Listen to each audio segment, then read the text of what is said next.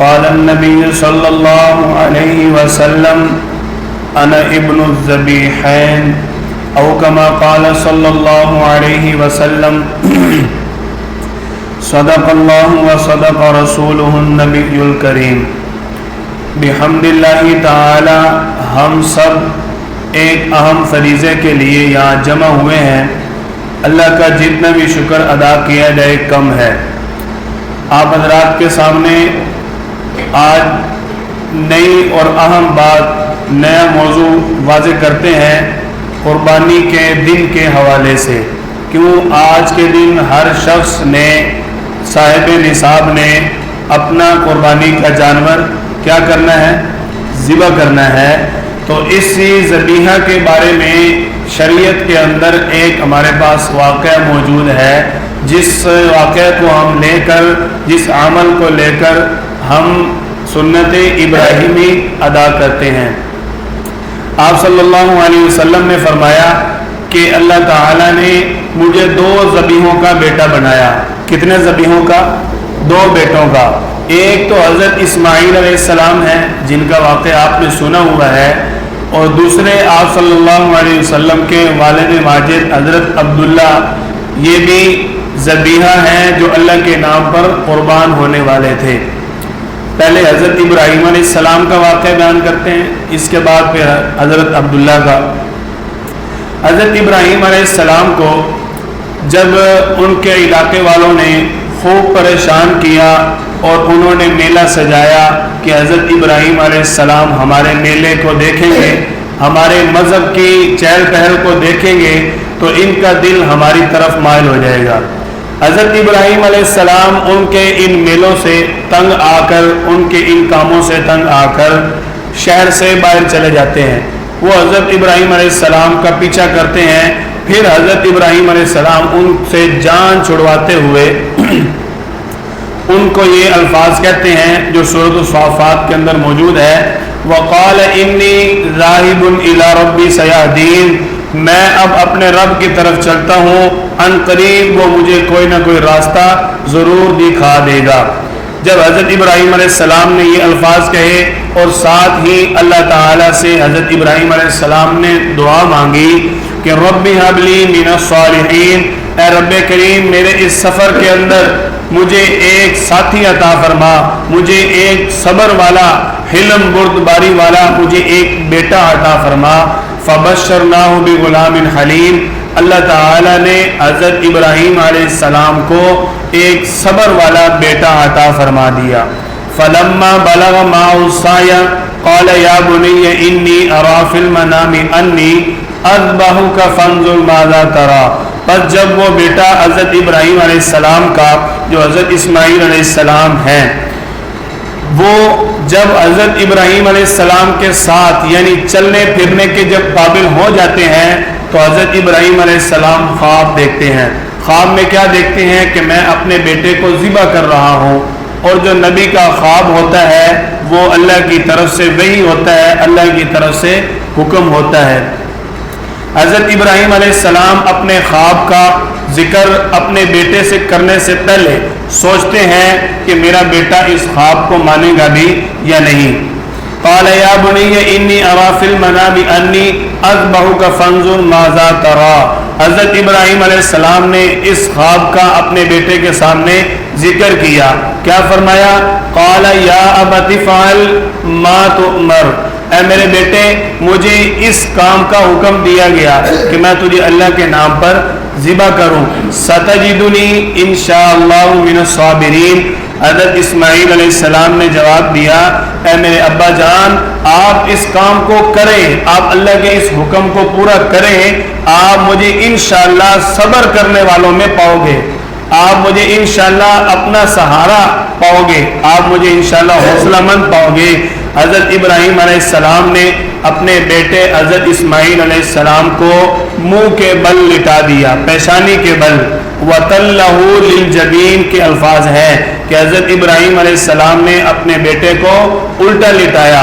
جب حضرت ابراہیم علیہ السلام نے اپنے بیٹے کو الٹا لٹا دیا اور ذبح کرنے کے قریب پہنچ جاتے ہیں تو اللہ تعالیٰ اگلی آیت میں فرماتے ہیں کہ ہم نے پھر ابراہیم علیہ السلام کو پکارا.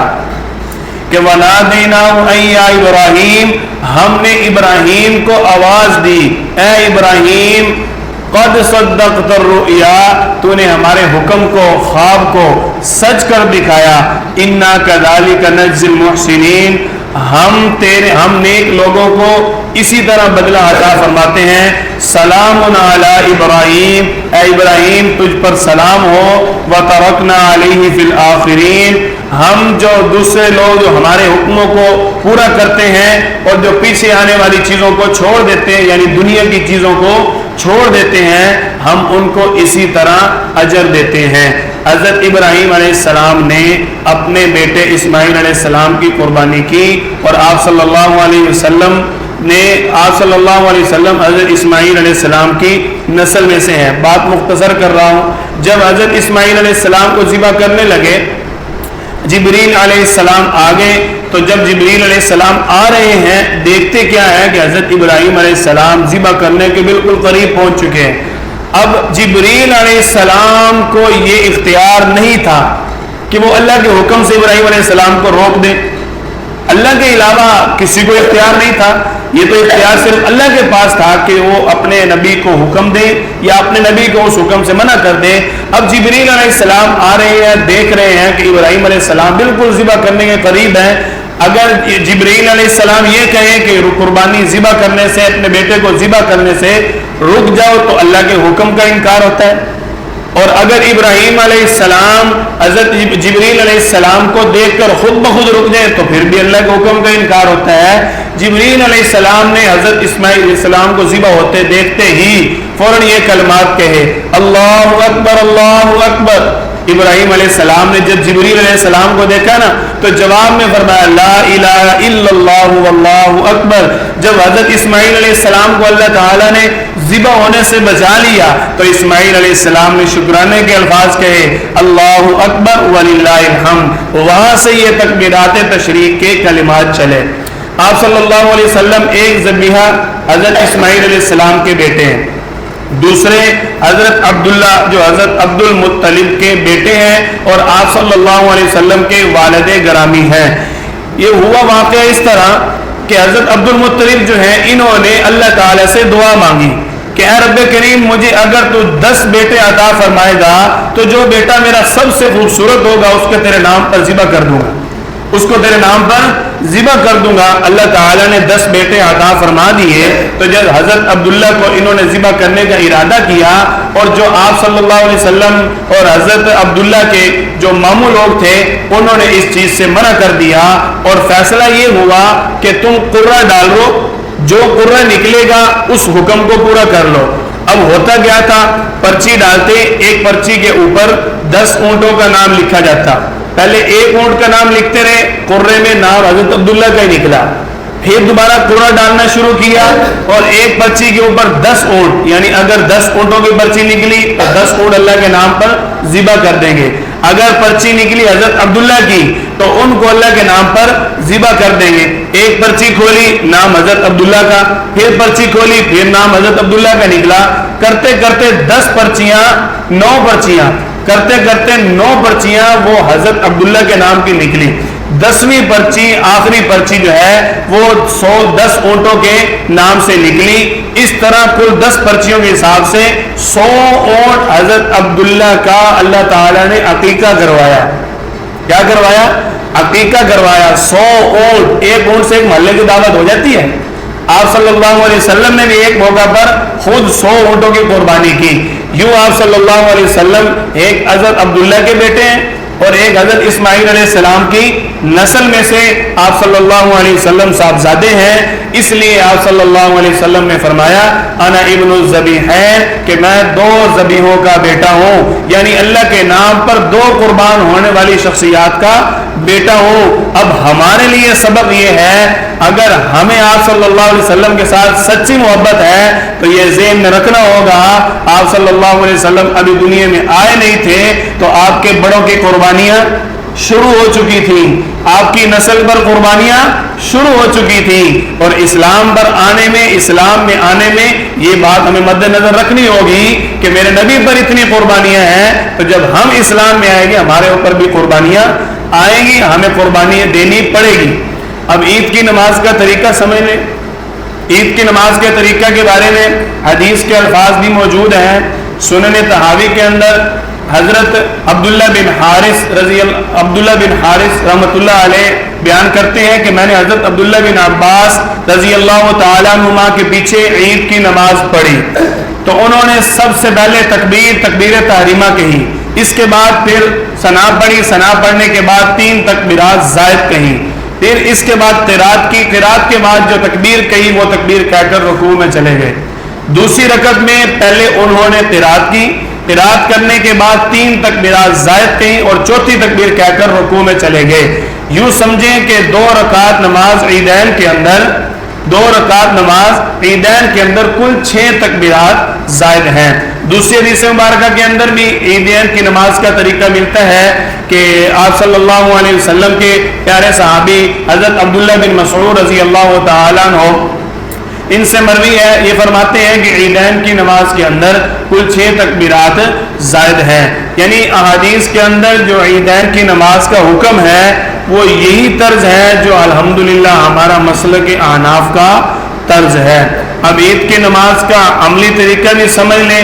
اصل میں عید کی نماز میں ہوتا پتہ کیا ہے, عید کی نماز کے لیے کھڑے ہو گئے اور تکبیر تحریمہ ہو گئی. تکبیر تحریمہ ہونے کے بعد اب ادھر ادھر دیکھ رہے ہیں تو یہ کیا کر رہا ہے اور وہ کیا کر رہا ہے, اس نے ہاتھ چھوڑنے ہیں تو میں نے بھی چھوڑ دینے ہیں, اس نے باندھنے ہیں میں نے بھی باندھ لینے ہیں. ایسے نہیں یار, بالکل آسان طریقہ ہے, کوئی مشکل نہیں ہے. آپ توجہ میری طرف کریں, انشاءاللہ آپ کو بالکل آسانی سے بات سمجھ آ رہی. سب سے پہلے نیت دل کا نام, آپ گھر سے آگے نیت ہوگی. آپ گھر سے سوچ کے نہیں آئے کہ ہم عید پڑھنے جا رہے ہیں, کہ گھر سے یہاں آپ کوئی کام کرنے کے لیے آئے فرنیچر کا یا کوئی کپڑا بیچنے آئے اور یہاں کر عید پڑھ کے جا رہے ہیں, ایسا تو نہیں ہو سکتا نا. جو نیت آپ گھر سے لے کر آئے نیت ہو گئی. اب زبان سے کہنا 2 رکعت نماز رضا امام کعبہ شریف کے امام کے پیچھے, وہ تراویحوں والی قرات کرنے کی ضرورت نہیں ہے, وہ بہت لمبا کام ہے, اس کو چھوڑیں آپ. اس سے بہتر ہے کہ آپ جو ہے وہ کوئی 1-2 صورتیں یاد کر لیں. اس لمبی نیت کو یاد کرنے سے بہتر یہ ہے آپ نیت آپ کی دل سے ہوگی. سب سے پہلے امام تکبیر تحریمہ کہے گا اللہ اکبر. تکبیر تحریمہ کہہ کر ہاتھ باندھ لینے ہیں. ہاتھ باندھ کر آپ نے ثنا پڑھنی ہے.